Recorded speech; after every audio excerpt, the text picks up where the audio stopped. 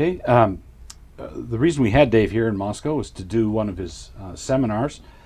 He's written a book, Leaders Who Last, and you can find out more about this book and other things that Dave does, his seminars, what we just had here at Dave Kraft, Kraft with a K, davekraft.org.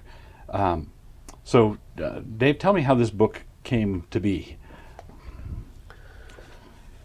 Well, for quite a few years, I began to think about, as you get older, you begin to think about your legacy and what's the best use of your time, what would be your ultimate contribution.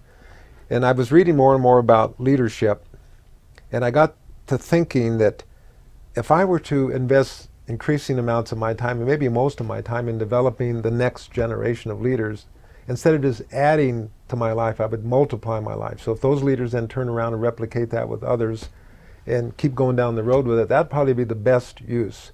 So somewhere I just sort of slightly changed directions, and I thought, so from this point on, I'm going to spend the lion's share of my time investing in younger leaders. So right now my purpose statement reads, to invest in the next generation of younger leaders by writing, teaching, and coaching in the context of the local church.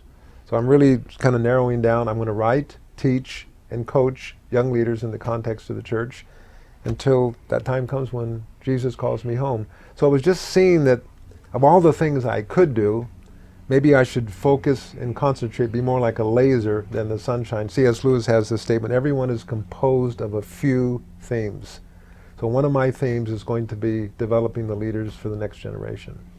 And so that gave birth to the book. So you accumulated those thoughts together. Well, I've been accumulating those thoughts, and then somebody said, we should write a book. Okay. But you have a book in you. I think I do. I want to call it Leaders Who Last, Leaders Who Get to the End of the Race. And Bobby Clinton was an inspiration to that by discovering the fact that only 30% of leaders finish well. And I thought, whoa, that got my attention, which means, do the math, 70% of leaders are not finishing well. Well, that's not very acceptable. We're going to be in big trouble if only 30% of the leaders are finishing well. Right. What's that send? What signal is that sending? What message is that giving to the next generation? So then I decided, by God's grace, I'm going to do something to make a difference in that. I'm going to do what I can to make help leaders to finish well, be leaders who last. So so the purpose of the book was to help the leaders finish their race well, fall into the loving arms of Jesus Christ, and hear, well done, good and faithful servant. I've run the race. Exactly, 2 Timothy, right. So Leaders Who Last, Dave Kraft. Apparently, it turns out that you didn't have just one book in you, but two. Tell us about this. Well, I was facetiously thinking of a book, but they didn't like the idea. I said, how about a book titled One of These Days? I have a chapter on one of these days I'm going to give attention to my health. One of these days I'm going to pay attention to my wife and children. One of these days I'm going to get my finances in order. Yeah. They said, well, that's nice, but we need another book on leadership because we've sort of tagged you as a leadership person. So I said, well, how about this one? How about mistakes leaders make? Okay. Oh, they like that. Right. So what we're going to do is we're going to create a narrative of a fictitious church and how 10 very critical mistakes were made in the life of that church over a 10 to 15 year period. So we're going to paint a story of a pastor and his staff and the ladies in the ladies ministry and the youth guy and the worship guy, and how in the context of those relationships in that church, they made some very serious mistakes, and we'll see what the consequences of those mistakes were. So mistakes leaders make. How big a crater there is at the end of the Right. All right, is the book, where is that book in process? Well, it's in proposal stage right now, so the proposal should be with Crossway, and I'll probably hear something back within the next several weeks. Yes, we're going to do it.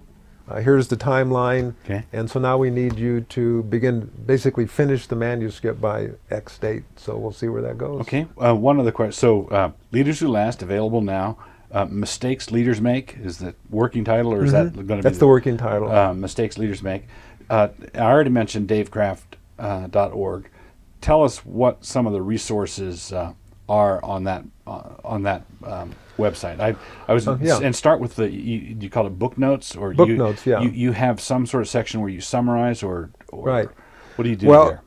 It's called Leadership from the Heart because I wanted to hit the heart issue, not just leadership from the head, not just cognitive information. That's good to a point, but I wanted to talk about leading from the heart. Psalm 78:72, where David says he led them with integrity of heart, and with skillful hands he guided them. So you got the hands and the heart. So it's focused on the heart kind of a leadership, the caring, loving leader, the leader who shepherds and takes care and develops and empowers people. And that goes back to in our first segment, who the leader is. Exactly. Okay. Exactly. So on the website, we have several things. I do a weekly post on Mondays.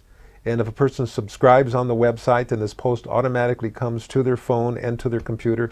There's no charge. Nothing is charged for it. It's free. I don't put anyone on a mailing list. I don't write them. I don't ask them for anything. I don't even know what their email is. The system puts the email in and they automatically get it. So I have no knowledge of that. And then I have articles. These are probably 70, 80 articles that I wrote over the years on leadership issues. So you can just sort of scroll down and look at an article that's interesting. I get emails from pastors and churches. We print your articles. We discuss them in our staff meeting, our elder meetings. They've been very helpful. Then we have a book note section. There are probably 80, 90 books, all for the most part leadership books. And what I've done is a lot of people do, they go in and read a book and they underline things and highlight things. So I did this for years, and my wife very diligently typed up the notes. And then I got myself a Kindle. So now I can underline and highlight and automatically put it into a Word document. So we continue to do that. So it's another resource. So is it, when you go into the book notes and there's a particular book, is it your notes or is it quotations from, or both? It's not my notes at all. They're all words from the author. So they're this is what I highlighted, this is what I found interesting, these were some gems. It's not an outline of the book, it's not a critique of the book, it's not a book review.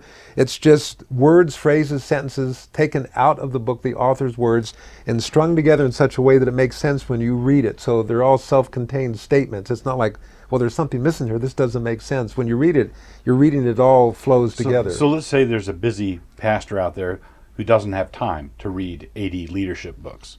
He could save himself a lot of time and just get a synopsis. He could get they're usually all 4 or 5, 6 pages. So I basically took the best that I thought was in this book on the topic. I strung them all together, posted it in there, and it's about 5 pages out of 250 or 300 pages. So he can get a sense of what the book's about. He can actually take things out of there and say, in such and such a book, the author says this, and they're his words because I just took them out of the book. Give me a couple of books that are in that book notes that you would highly recommend as books that they might get a good taste of if they read the book notes and maybe want to get the book itself. Oswald Sanders' book, Spiritual Leadership, that I would put at the top of my list. If somebody asked me, so of all the books you've read on leadership, what are 2 or 3 books that you'd put at the top of your list? I would put J. Oswald Sanders' Spiritual Leadership as a classic. Bobby Clinton's book, The Making of a Leader, is in there. If I had my computer in front of me, I could just scroll up and down and show you. I'm just trying to think. A book that I recently read that's I found extremely helpful called Rescuing Ambition by Dave Harvey. Yes. They're all about 5, 6 pages. And what I hear from, this was great. I got the essence of the book. It was extremely helpful. I printed out copies. We distributed at our team meeting. We discussed Dave Harvey's book or Oswald Sanders' book. And if they really like it, we thought it was so great, I went out and ordered copies. Got the book. So I don't think I'm stealing anything from the author. I'm actually advertising his book with 5 pages, which I don't think I'm violating copyright laws, 5 pages out of 250. And it's not 5 consecutive pages, they're just excerpted. Selected quotations. Selected quotations. And so if they like it, they go out and buy the book. I'm not asking for royalties from the author either. No. Or advertising fees or anything. Right. Yeah. Free advertising. Well, thank you so much. Well, you're welcome, Doug. I'm glad to be here, and thanks for the opportunity.